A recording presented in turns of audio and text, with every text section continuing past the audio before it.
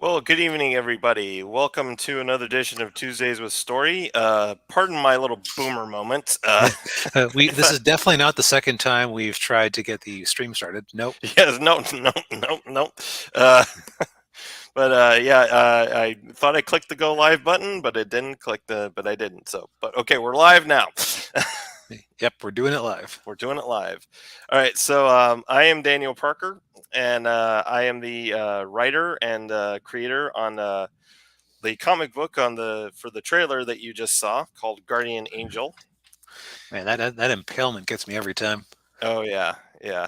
There's gonna be quite a lot of that going on in this series, but yeah, the amongst other things. But the mailing list is live on Indiegogo right now.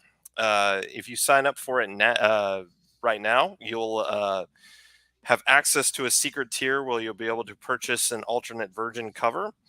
And there are still a couple of slots left for the free art print. So if you get on there right now, or at least here pretty soon, you'll be able to get a free art print along with any physical tier backing. Supplies are limited. Yes. So, but yeah, you won't be disappointed with this comic book. It's I mean, I've been seeing all the pages Bogdan's been doing on it. It looks phenomenal. And I actually just recently, and I forgot to mention this to DB pre-show, but just got uh, an artist that I commissioned to do a poster for it. They just got Ooh, back to me nice. with the finished poster. Looks amazing. I'll post it on probably post it on my Instagram and post it on my Twitter. So Twitter is Daniel_Parker63. Instagram is DParker6385. So be on the lookout for that. Yep. Yeah. And I'm your lovely co-host, DB Fastbinder, also known as Darth Bobcat, author of Confessions of the Magpie Wizard, among other series. And let me get that right now. In varying states of existence and development. Mm-hmm. Up to book 3 on the series. Book 4 will be coming out some point this summer. Book 5 is currently being posted on Patreon, Royal Road, and other free websites. Yeah. Yeah, and links to this book and the Royal Road for Saga the Storm Wizard, which is the spin-off with Rose Cooper, and DB's aforementioned Patreon are all in the description. So, yep. So now that we've gotten in our minutes of shill here, let's yes. topic. All right. So Yeah. last week I picked a topic that you didn't have much to say about, so go ahead and start. Okay. All right. So you were very gracious about it. yeah, no, it's my pleasure. So so I the topic I picked this one, and this basically talking about family in with relation to characters, and a lot of it kind of got me thinking. What got me thinking about it was partially because I've been rewatching Ninja Turtles and reading the comic books, the old Mirage comic books, and of course, if you've read the Turtles comic books, or if you watch the cartoons, any of the iterations of the cartoons or the live action movies, and no, there was no live action television show. Right. No, certainly. I mean, if there had been, it would have been featured in the end credits of Turtles Forever. Yes, exactly. And since it wasn't, and they even featured the weird 90s OVA they did this to sell Ninja Turtles to Japanese children, where they turned into like samurai or like it was like a Sentai Ranger type version of themselves to sell toys. Yeah, something like that. But anyway, every iteration of the Turtles, they're portrayed as being a family. Mm-hmm. The all the turtles, they see themselves as actually I think they are brothers biologically. It seems to depend on the version. In the Yeah. non-existent TV show, for example, it was discovered they weren't biological, so that when a nonsense female turtle was brought in named Venus, it wasn't weird if any of them were into her. Yeah. Yeah. But jeez. Um but yeah, so like but I mean, but blood by blood or not, they are brothers. Mhm. They even act like brothers too when they're interacting with each other, especially between with Leonardo and Raphael. The two of them are always butting heads. And Yep. then yeah, and and then of course Splinter is their father in essence. He's surrogate father, but he's a father nonetheless. And in fact, in certain versions of Turtles, they do call him father. Um, so and with family, the family dynamic between the Turtles and of course the Turtles and Splinter, plays a huge role Mhm. in with the with the story, with how they like I said, how they interact with each other, how they solve problems, that sort of thing. And when you take and that's something you have to take into consideration when you're writing, especially like if you're writing a story with a dynamic like that. And and DB mentioned the Fast and Furious movies where they kind of have a something like that. I don't got friends, I got family. Yep. um And the only thing I know about that series is cars and memes about family. So it's yeah. Well, that's all I know about them too. I I've seen I've seen the first one, Mhm. but I don't know if I've seen any of the ones. But he's actually Vin Diesel's character is actually a pretty good illustration of something. So if I remember the first movie right, there's a scene in there where he's talking to Paul Walker's character, and and Diesel shows Walker his father's car, and it's this old I think it was a Dodge Charger, supercharger, supercharged engine, and from like the 70s. And Vin Diesel talks about his father, and he says his father died driving the car. And Vin Diesel talks about how he's afraid of the car. He's scared of it. And even though his father isn't there, even though his father died, his father plays a role in his life. And it kind of goes to who he is as a character in the story. And and DB and I were talking about this earlier. Like uh in fiction, a lot of the main characters, you see this and I'm guilty of this. The main characters are usually orphans. yep. My main character Soren is a half orphan. So the, Yeah. uh, and there's like some. So well, let's the, how to put this. Let's talk about some of the advantages and disadvantages of family. It's Mhm. like series like the Ninja Turtles, where you have a literal band of brothers. You can get a lot of stuff out of those connections, and it's different being with a sibling than with pretty much anybody else in the world. Mhm. And so it's like if you can communicate that in the story, like okay, you might butt heads, but at the end of the day, you got to make up somehow, Yeah. or it's a huge life-shattering deal. You can have some really good material with that. Flip side, you know why there's so many orphans? Because it's really inconvenient if Spider-Man has a parent who isn't a decrepit old lady who would want to know what he's up to at all times. Yes. Uh, And and in my case, Jessica Sawyer is an orphan who grew up in the streets of the big city, and mainly did that because I could be exploring her family origins at some point in the future. The other part of it too, it's a lot easier to tell her to have her be a thief who ends up becoming a spy with mhm. psychic powers if she doesn't have a mom and dad at home, wondering where the hell she is. Exactly. So it all depends on what you're going for in the story. Hmm. If you want to explore the type of familiar relationships, go for it. But a lot of times, honestly, families are kind of a drag for Yeah. at least if you're trying to go on space adventures. Yes. Yeah. You see it all across this fiction. Luke Skywalker, Harry Potter. Because like even when they have aunts and uncles, they're either awful people or Hmm. they're or they're dead. Yeah. Crispy skeletons. Yes. Yeah. Yeah.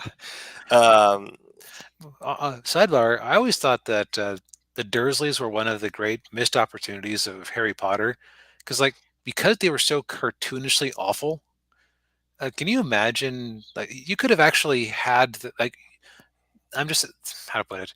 If they hadn't been so cartoonishly awful and stupid, you could have actually had some growth of those characters. Because it's like if you had reasonable people who just didn't want their nephew getting caught up in what killed his parents. Oh, how dare he? yeah. How dare Yeah. they? Yeah. Yeah. Uh, you could have eventually had, you know, imagine just a scene where Mr. Dursley takes Harry aside and tells him he was wrong to try to keep him away from it. Like that would be, there's something to that moment. Yeah. Yeah. But on the other hand, if as soon as you have a good set of Dursleys, Harry now has to worry, uh-oh, if I go out there and do something brave and die, they're going to be really sad. That might Yeah. slow him down a tag. And that's like the thing. If you're an orphan, you have that much less reason to not go do something heroic and stupid. Right. Yeah. And and of course, if go back to like comic books, you know, Bruce Wayne, Hmm. probably one of the most and well and you could all probably also mention Superman in there too, but Hmm. with Superman, of course, he's got two sets of parents. He's got Right. his Kryptonian parents who are dead, and then he's got his human parents. And of course, his human parents aren't, they're probably maybe a little worried about him, going around, flying around and stuff, but they know, like, oh yeah, he's like the He, strongest guy in the world. he's basically a god. Yeah, exactly. But in Batman's case with Bruce Wayne, he even though he's an orphan, his parents are still a part of his life, because Yep. they're the driving they're what drive him to put on the cape and cowl every night and go up and beat criminals to a bloody pulp. Plus, let's be honest. Can you imagine Frank Miller's Batman having anybody in his life to worry about him besides Alfred? Like that crazy old coot. No. Imagine, yeah. At the very least, I have to imagine that parents, that Martha and Thomas, Thomas, yes, yeah. Thomas Wayne would have at some point figured out what Bruce was doing, if only because if they were still alive, Bruce wouldn't own the mansion. Right. Yeah, and or he yeah, he'd probably have his own house, or he'd be leeching off of them. Yeah, he might actually be the bored layabout that he pretends to be. Yeah, yeah, he'd be like, oh, if you ever watched Arrow, the CW Arrow, before Oliver Queen goes to the island, that's what he is. He's just you know, Mhm. just a lazy layabout. Yeah, right. And so, getting rid of parents can be it's like taking the brakes off the adventure car. Hmm. Like the '90s book series Animorphs, that added to the tension that most of the characters had families they had to worry about, because it's people who can find out about you. It's people that they have to, you can't go off fighting the Yerks at past midnight without coming up with some sort of convincing lie. Hmm. You have to, there's somebody to worry about you if you die. So for a series like that, that's all about tension and hard choices. That's just another flavor in the pot. Right. Exactly. And yeah, it's it would it greatly affects the story that you tell. All of a sudden, yeah, your characters are, yeah, they have other motivations in their heads, and they're like, oh wait, if I go out there and do this, I might die, and then my mom and dad will be sad. Yeah. Yep. And if you have an older character, that's actually why at some point in the '90s they made Mary Jane Watson pregnant.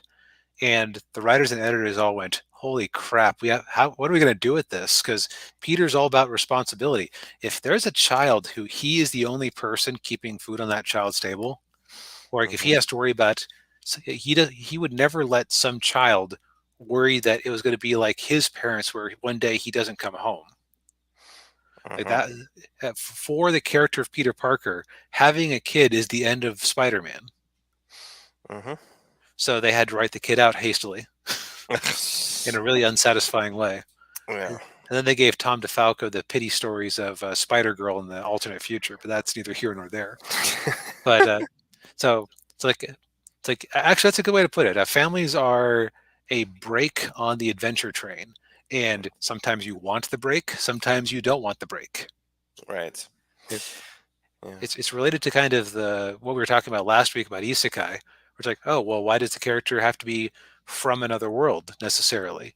Well, because if they're in that world, they presumably have parents and or siblings and or family of some sort who might not want them adventuring. But if they're just, some Japanese teen who, oh well, I guess I died. Bus hit me. God gave me a mulligan in a fantasy world. Yeah. Uh, well, uh, I'm never going to mention my family again. Yeah. Because that would stop me from having generic adventures. Hmm. Yeah, and that's of course the way you can move around that is like I was saying before with the turtles, where you just make the family the adventurers, or you have them all doing the fighting and everything. Um, the other example too would be with the Incredibles, Hmm. which is basically, of course, if you look at the Incredibles, they're basically a parody of the Fantastic Four. Right. Um, but Best Fantastic Four movie ever. yes, yes, exactly. um, although I have never seen, I haven't seen the new one, the newer one, and I haven't seen the Roger Corman one that they never released, but you I, could like I get it hear that's the bootlegged. best one because it felt the most like they were trying to make a version of the comics. Yeah. Well, I've seen the stills from it, and it does look like the Fantastic Four comic book. Yep. Well, yeah, the aesthetic does, but I mean, you throw put that in there where you have the mom and the dad, and then the sister, the daughter, and then the two sons, or at least one of the sons anyway. The baby is kind Hmm. of there. But they go off and do all the heroing too. And Yeah. in the first movie, they made a big point of how the family, on top of the superhero law that they passed, the family is also a huge break on Mr. Incredible's life because Mhm. that's a big theme of the movie is him feeling trapped by the mundane life he has to live Yeah. for the sake of his family. Yeah, yeah, him, getting fat and selling insurance, Yep, that's it's a rough life. yeah, yeah. I wouldn't wish it on anybody. But uh, but yeah, and then he then I'm trying to remember oh yeah, he and the Frozone were going around uh doing stuff, subverting the law and everything, and then he gets caught up in with yeah Evil schemes. the evil schemes. Yes, exactly. Um, but what was really interesting in that movie too was when once Elastigirl figures out what's going on, and then Edna Mode makes made the costumes for everybody, and then then they all suit up and go off to rescue the Mr. Incredible, and then the scene in there where they're hiding in the cave, and she tells them, this isn't like Saturday morning cartoons, these are actually really bad people, you That know. they won't care that you're kids. Right. Yeah. Yeah, it definitely gives a different flavor to the adventure. And yeah, it's like, chili powder works really nice in Mexican food, but it doesn't work so well in chocolate cake. You have Right. to kind of identify, are you going for max adventure, or do you want to put barriers in the way of the hero? Hmm. Um, and I mean, we're all different around our parents than we are normally. Yes. Yeah. Yeah. It's just, human nature. Yep. Let's see here. N- another thing that another reason to possibly not give a character a lot of family is because it depends on your medium. I remember somebody talking about how they were switching from a fan fiction to a fan comic. Of course, like most web comics, it came out with like, yeah, first the updates were regular, then there started being gaps, and then there were more updates. People saying, "Oh, I'm sorry, I didn't have this update. I'm sure we'll have something together soon," and then it just stopped. You know how it goes. Mhm. Yeah. But they were talking about how in the prose version of their story, uh, you didn't want to give you didn't want to bother giving some minor character parents because you'd have to describe what they looked like, and you'd have to come up with something for them to do that was critical to the whole scene. Because in a prose, you don't really you shouldn't really mention something unless it actually has some sort of payoff or is important in some way. Hmm. In a comic, you could totally just describe two characters to the artist and have them in the background doing something. Yeah. So now you might, yeah, and so you could actually know what a character's parents look like, even if they're never actually important. But in prose, it's just it's just easier to go, yeah, one sibling. You only get one sibling. That's actually like in my current book. It's like, that she gets one sibling, and her dad is alive, but her mom isn't. Why? Conservation of story. Yeah.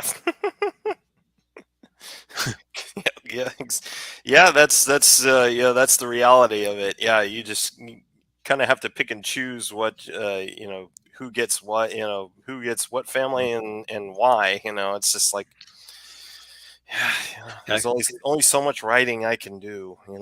Uh, it occurred to me that never even occurred. Well, it occurs to me that it never even occurred to me to give Hyde a mother who was alive. Like it Mm. just never even entered my mind because you're so used to characters at least like having truncated families just for the sake of having enough words in the day. Yeah. Yeah.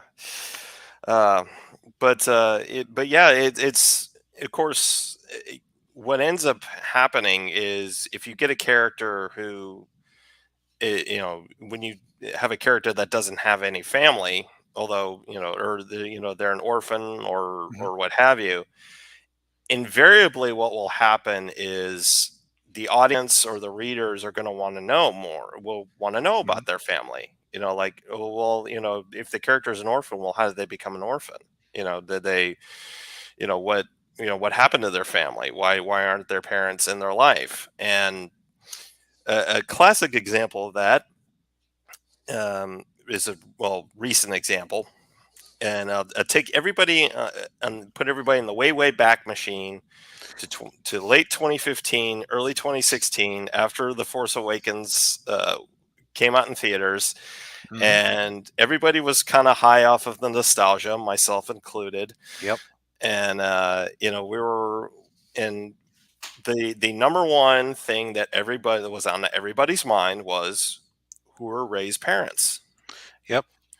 Now, partially it's because the movie made a big deal out of it. You Hmm. have a scene of a small child being manhandled by that yellow guy, like Ungar Plutt or whatever his name was. Hmm. I say, "No, come back!" Yeah. And then she has mysterious force powers, and it's like, okay, what gives? Hmm. And at the time, everybody assumed, oh yeah, of course, there's going to be some sort of good payoff for it. Hmm. Yeah, and like a lot of people, I thought her father was Luke Skywalker. It makes a lot of sense. It's like, Hmm. and it even makes sense why he'd put her on some sort of dusty planet like that, because it's like, well, if he has some sort of bigger problem going on, Hmm. and then like if say, oh, force sensitive people are being hunted again, I'm going to put her on this planet for a bit, and to keep her out of the limelight. Yeah, and plus the lightsaber was calling to her. Right. That they never did have an explanation for that outside of her being a Mary Sue, but Yeah, that's yeah. And we never got an explanation for how the little yellow lady found the lightsaber in the first place. a story for another time. So, when's the other time? Um, In a one-off comic book that nobody who actually makes the Star Wars TV shows or movies would ever read. yes. But yeah, but yeah, like a lot of people, I thought it was Luke Skywalker. Then we got the Last Jedi. She's nobody. She's nobody. Yeah, yeah, yeah. Your parents were drunkards. They were, just they died in the deserts of Naboo or Jakku, and and everybody's like, Ryan Johnson, piss off. Right. Because let's talk about that. Just like, well, I'm going to be very fair here. Yeah. It is an interesting choice to have an orphan character who doesn't really have a backstory in a movie that where every single other thing wasn't subverted. That subversion would be interesting if you had a plan for where to go with it in the next movie. Because like let's see, first movie, Ray is all about finding her missing family who she barely remembers because she was so little. Mhm. Second movie, Ray finds out she does not in fact have a family, or that she finds out that the family she had was awful and not the great thing she imagined. Third movie, screw you, I'll make my own family. Yes. I Yeah. don't need that to give me meaning. Like that's actually a pretty good through line. Hmm. Problem is that when you make it such a big deal in the first movie, oh, who is Ray's family? You aren't just making it a fact about the character. You're making it one of the load bearing pillars of your story. Like, because let's be honest, for imagine if Force Awakens had ended with Starkiller Base still being somewhat intact. Mm. Because basically, oh, we have this new big force like the Empire, but bigger. Hmm. Oh, we defeated their bigger Death Star in the first movie. Okay, I guess everything's good now. Uh, like you had other reasons. So the only real tension that was left. Also, oh hey, you know our big Darth Vader villain? Yeah. Well, he gets wounded by the guy who isn't confirmed to have force powers until the third movie, and then he just gets kind of curb stomped by the girl who's never picked up a lightsaber before. Yeah. Oh, where's our? Oh, and the big base destroyed. Okay, so what's the threat? Oh dear. Oh. So you're not really worried about, oh no, what are the villains going to do? Because like, they're a bunch of punks. Yeah. So what's left is okay. What about this Ray chick? What's her deal? Who's her daddy? What does he do? Hmm. And Uh, then we find out her daddy was a failed clone of Emperor Palpatine. yeah. Uh, so that's why it's good to have to, even if you don't have everything precisely marked out, to know where your characters are going in advance. Yes. That probably would have been nice to have had. Yes. Uh, Yeah. and of course, like the thing is, everyone has a family. Everyone, the part of the reason that people use orphaned characters so often is because it lets a character really explore who they are. Because if you're a kid and your parents are around, you have a pretty decent idea of who you are, Hmm. at least on some level. It's like, oh yeah, I came from that. Yes. Um, uh, oh yeah, let's say I'm Chinese American, so that's part of who I am. Hmm. But if you are, I'll stick with the Chinese American example.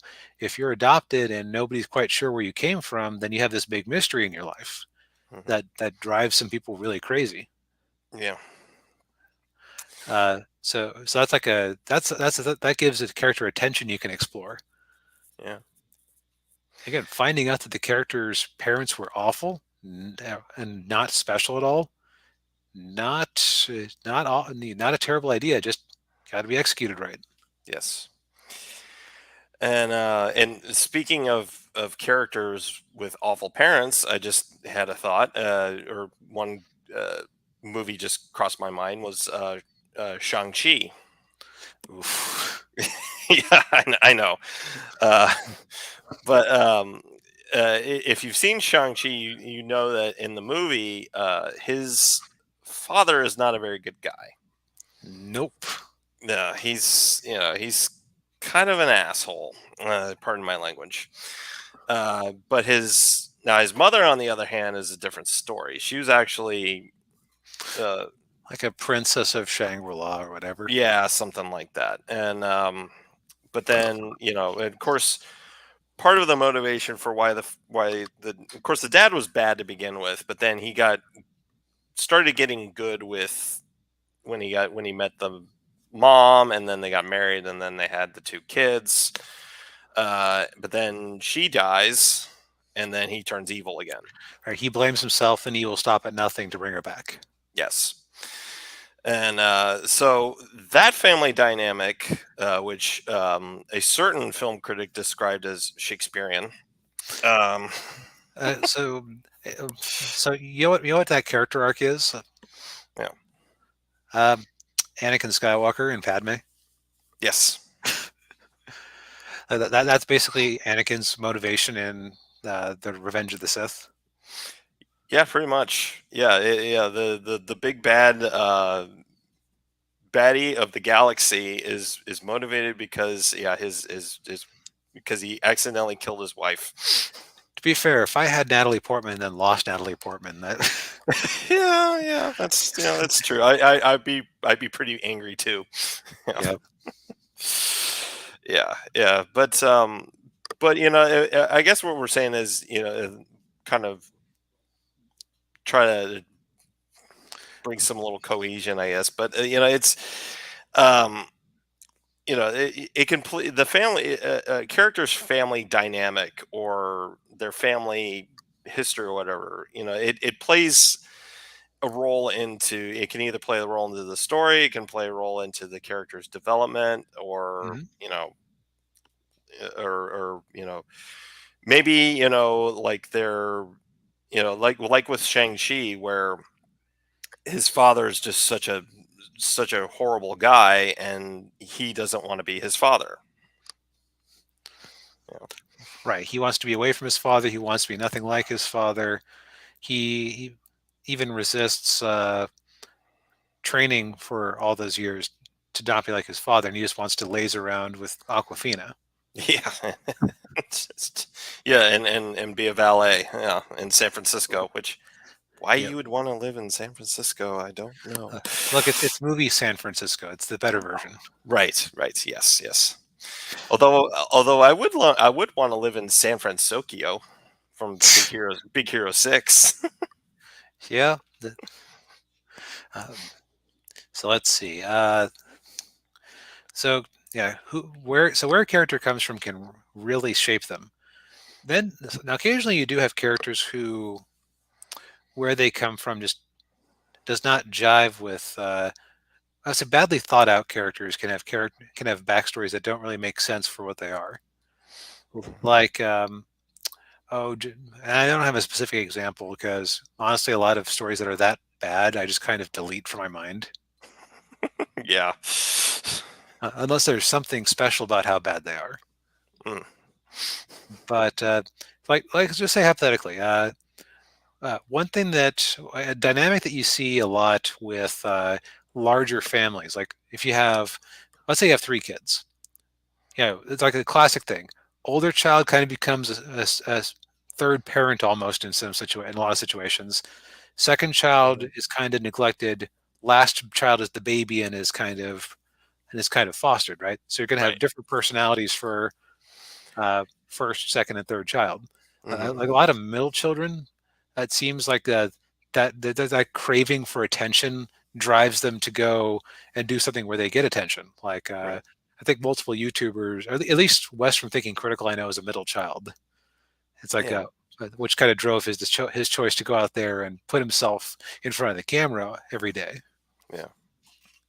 Uh, Whereas an older child might be a bit quieter and more reserved. Younger child is probably going to be a little bit dependent on people Hmm. just because they're used to being babied. So they might have some trouble getting started with things. Now you can have characters who are exceptions to that depending on the family history, but you know, like there are characters who that you read was like, oh, I'm an only child. Like, wait, what? You're such a middle child that it's funny. That's a, Yeah. uh, like one of my characters you could quibble about is Mariko, one of the supporting characters of Magpie Wizard. She's an only child, but you could kind of go, wait, she kind of seems like a bit more of a big sister type because she has these domestic skills and likes taking care of people. Now, my explanation in her case is that she uh, ended up taking care of herself a lot and very much liked the idea of taking care of people. So, yeah, if I were to dive into her home life in any way, you might find out that she had adopted siblings in the neighborhood, Mm. uh, but things like that. But yeah, that's a point where you could criticize my writing. So just be totally fair. Yeah. Uh, Yeah. Also, why so many single family households in various media? Conservation of story. Yes.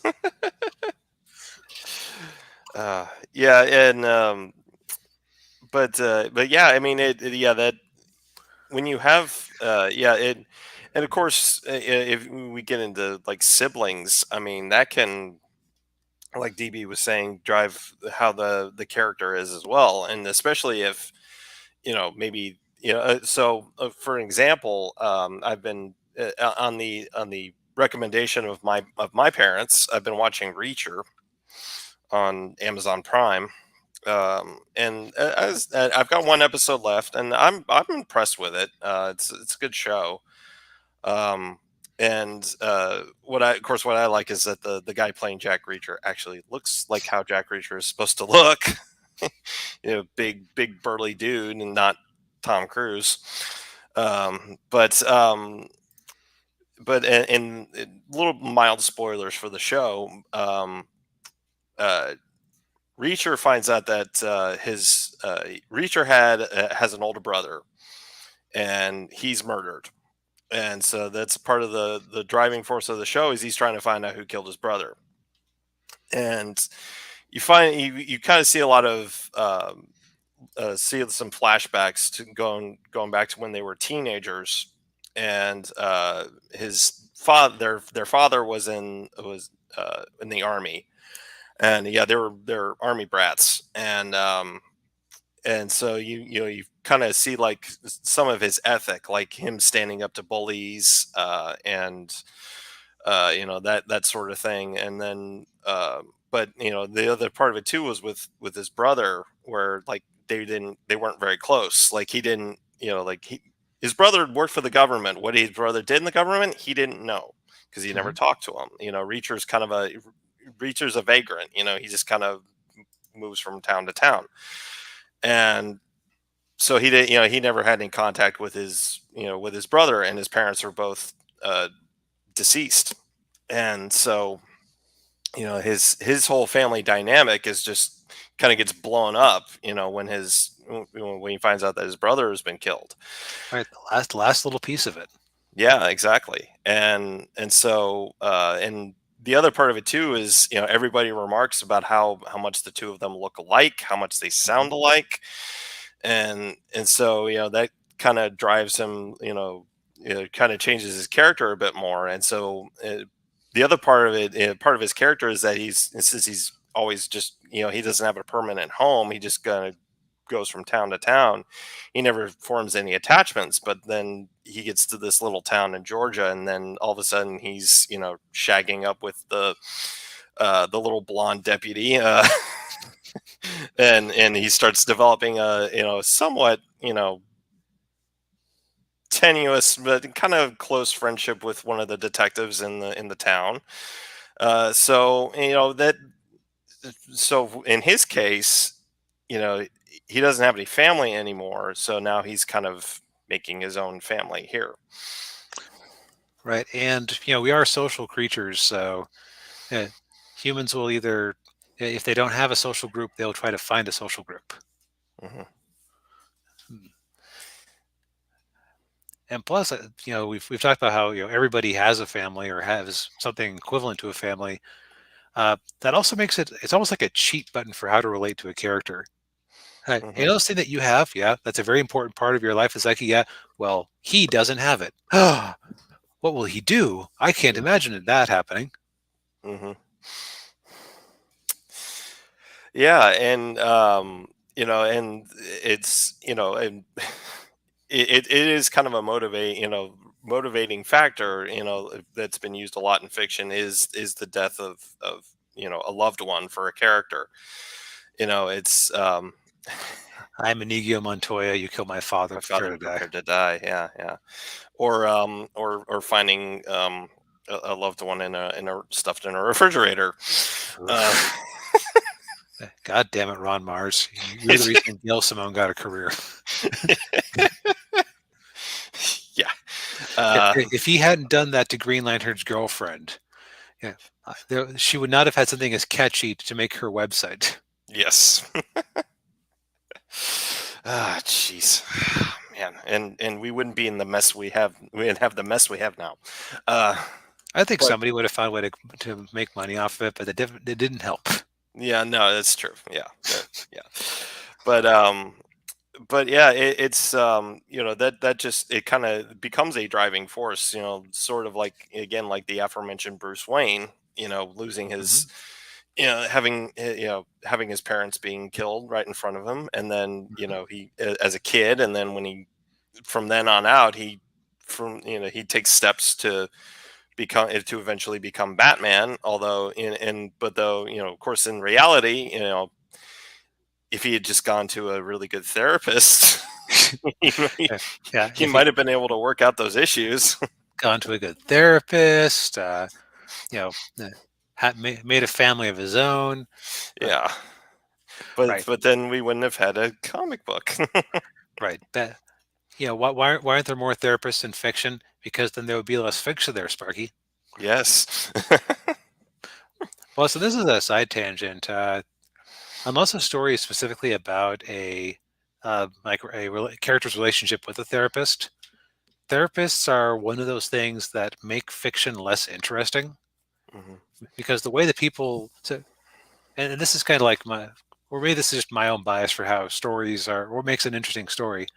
The interesting thing about it's interesting to see a character kind of pull themselves up by their bootstraps, or find the strength inside they didn't know they had. Right. And realizing that a character goes to see a therapist every week is like, oh, it's less a self-realization than what Doctor whatever his name is has been telling you for months is finally sunk in. Hmm. It's like finding out that Rocky was taking steroids to beat to beat Clubber Lang. Yeah.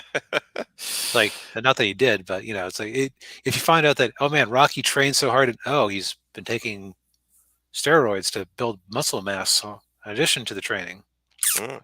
uh, that victory is now much less impressive. It's the same thing. Like, oh man, Batman is finally coming to some sort of peace with his dead parents.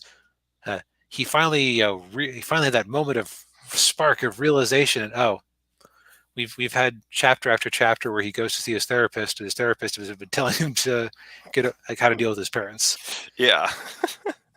Now, is it realistic that Bruce should go therapy? Yes, but is it interesting for your story? I submit that it's not. No. Yeah, I would agree. Yes. Yeah. Yeah.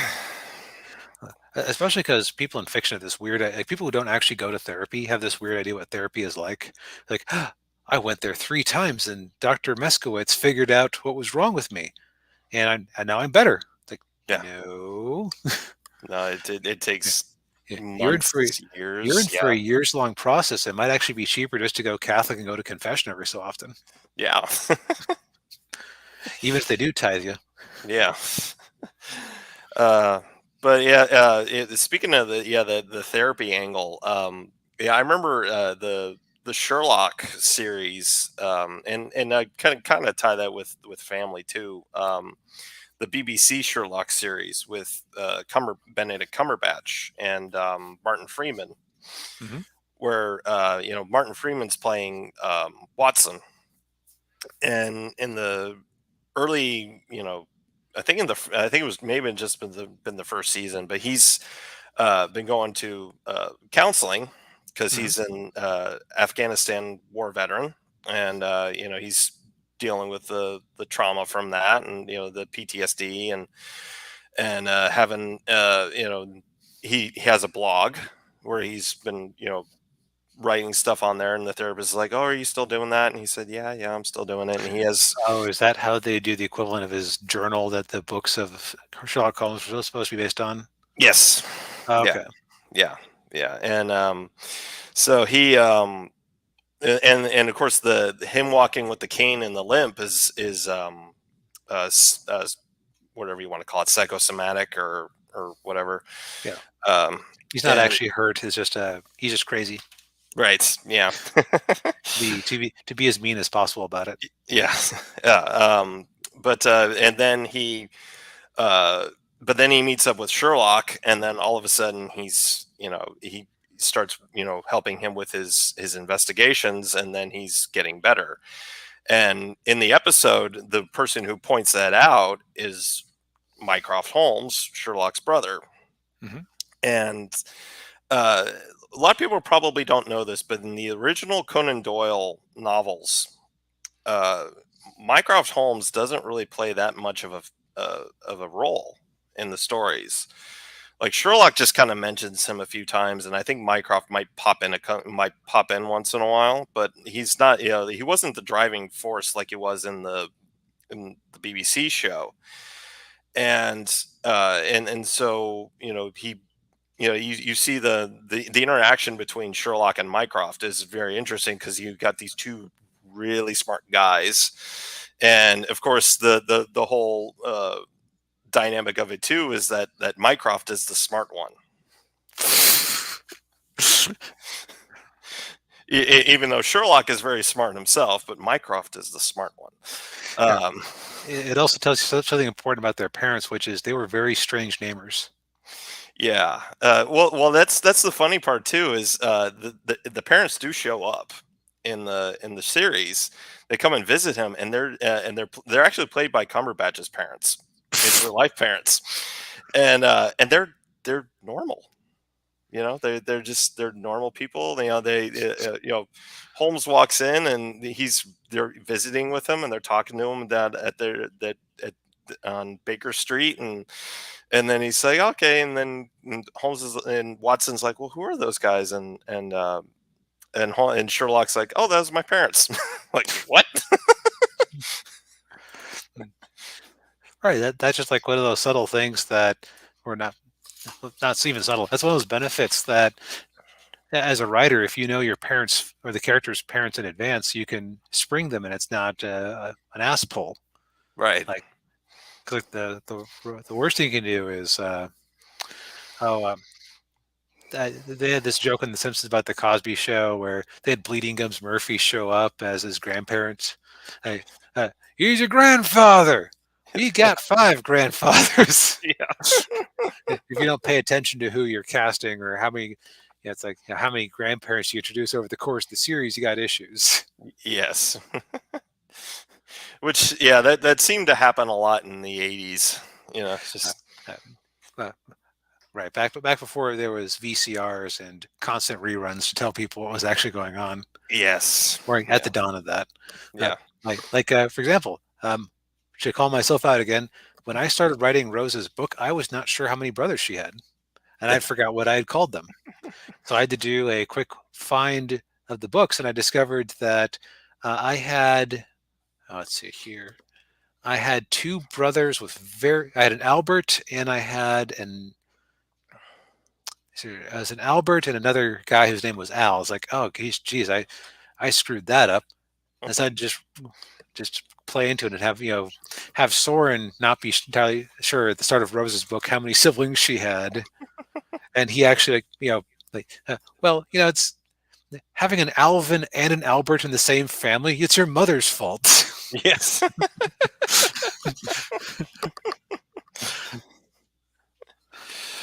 Yeah. Yeah. Yeah. It's Thankfully, I had studiously avoided saying how many siblings she had at any point, so I just had to count the names I had her refer to at times. Ah. And it was before book 3 was actually published, so I was able to remove an erroneous brother from there when I decided I had too many. Ah. She ended up with 4. Okay. 4. And well, and to go to that, a being the sole female sibling in a family of brothers, that that can affect how Hmm. the character develops, or how she is in the story. Yep, you she definitely is a much more sporty type than she might be otherwise. Hmm. And at one point in the story, I had her saying that to say that she had inside knowledge because she had heard. Like, she was the youngest sibling. All her life, she had heard her brothers complaining about wives and girlfriends. So she made intentional attempts not to be that girl. Yeah. It's like, oh, they just want to, uh, they complain about, he took me shopping. They always complained about how long they took. So I became very efficient at uh, uh, when uh, when somebody's waiting on me. Yeah. Yeah. Yeah, and of course, her being sporty really helped. Yes, yes, Yeah. Uh, but yeah, and and the other thing too, going back to Sherlock Holmes, spoilers for anybody who doesn't want to be spoiled for how the show ends. Um, you find out that has a younger sister, hmm, and who went a little cuckoo. Um, and what happened was Sherlock's memories are all of his childhood are all messed up because uh, throughout the show he keeps remembering I think Redbeard, I think in the name Redbeard, and for a while you think that Redbeard was his dog mhm. who died, but then come to find out that no, Redbeard was the nickname of his best friend, and Hmm. his sister killed his best friend. Yeah. And so Sherlock just I mean, we're assuming because of the trauma from that, he didn't remember it. And so, because that's part of the show. He's like, well, why didn't I remember that? And then he goes to uh this prison, kind of like an Alcatraz like prison, where his brother is keeping the sister. And so then and But then you find out that uh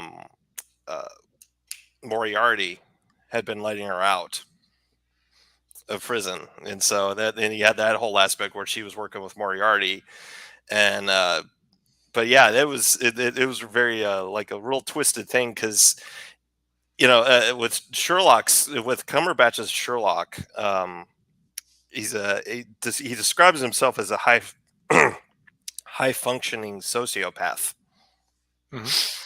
And so you have, and that's kind of a thing, a dynamic that for all you all to keep in mind. If you have a character who's a genius, is the line between genius and insanity is very thin.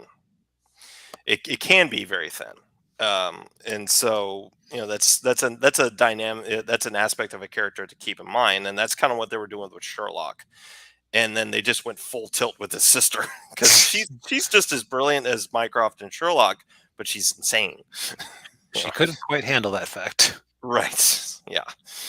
And then you had the whole blow up, and then once the parents found out about it, they had the whole blow up with that. So you have that, and when you have something like that, and anybody who has a family that you're with, if something like that came up, like that could just seriously destroy a family. Yep. Yeah, fictional or otherwise. Oh, right. And again, that's That's kind again. I guess kind of to bring it back to a close. Uh, family, and how characters are shaped by their family or their lack thereof. That's one of the easiest and most primal ways to make an audience connect to somebody. Mhm.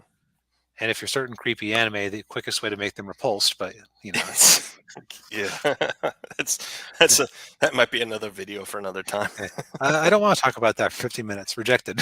Okay, okay. No. Veto. but in all seriousness, it's just it's kind of like knowing about a character's favorite food, only like actually important. Mhm, Uh, it gives a character some grounding, and if the character doesn't have it, their attempt to make it for themselves or to find it again is just something that people can immediately relate to.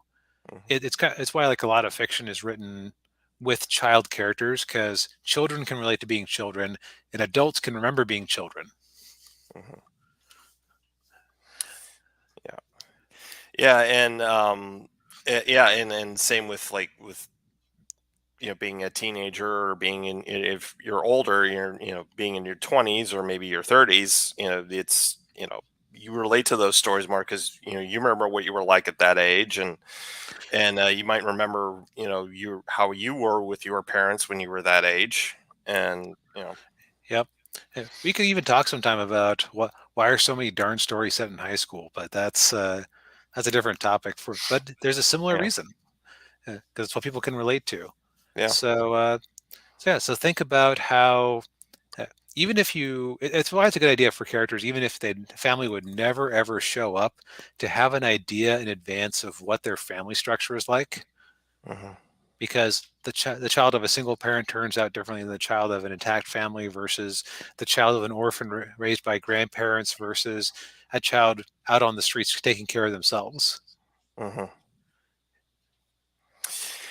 Yeah, and yeah, it's and it will also play into their motivations a bit, and Hmm. how they will carry themselves as a person. If like we were saying, like maybe they had a positive uh you know positive family, positive father, positive mother, and parents, they might try to emulate their parents. And now if they were negative, they would try to probably be the opposite, or if there's an aspect of their parent or guardian or whoever that they don't like, they try not to be that way. Hmm. Yeah. And then you can have fun with them relapsing and uh, having those behaviors come out, like the Hmm. old joke about "I am not my mother." Yes. Sorry, honey, you probably are. Yeah. Well, or too in Spider-Man: Homecoming, with Peter Parker and Tony Stark, when Tony Stark tells you know Peter, if you're nothing without the suit, you shouldn't be wearing it. And then he stops and he says, "Oh God, now I sound like my father." Yep. Yeah. So, all right. Well, we've come to the end of the show. I don't know if anybody has any questions for us. Anyone who may be watching. Um, so we'll give it a minute, maybe a minute or two here. Yep. Give the usual grace period. Yeah. Da, da, da, Da, da, da, da, da, da. da.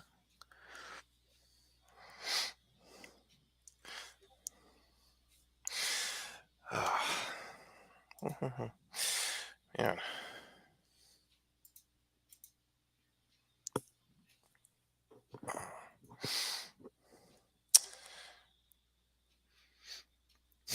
Yeah. Well, okay.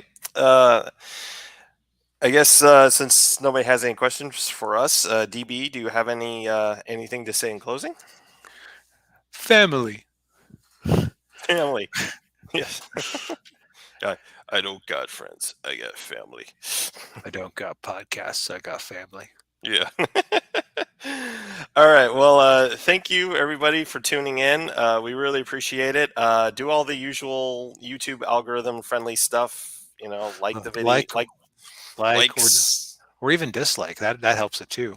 Yes, and subscribe if you haven't already. Ring the bell to get notified. And as always, it's been a pleasure, and we Indeed. will see you all next week. Good night, everybody. Yep. Good night.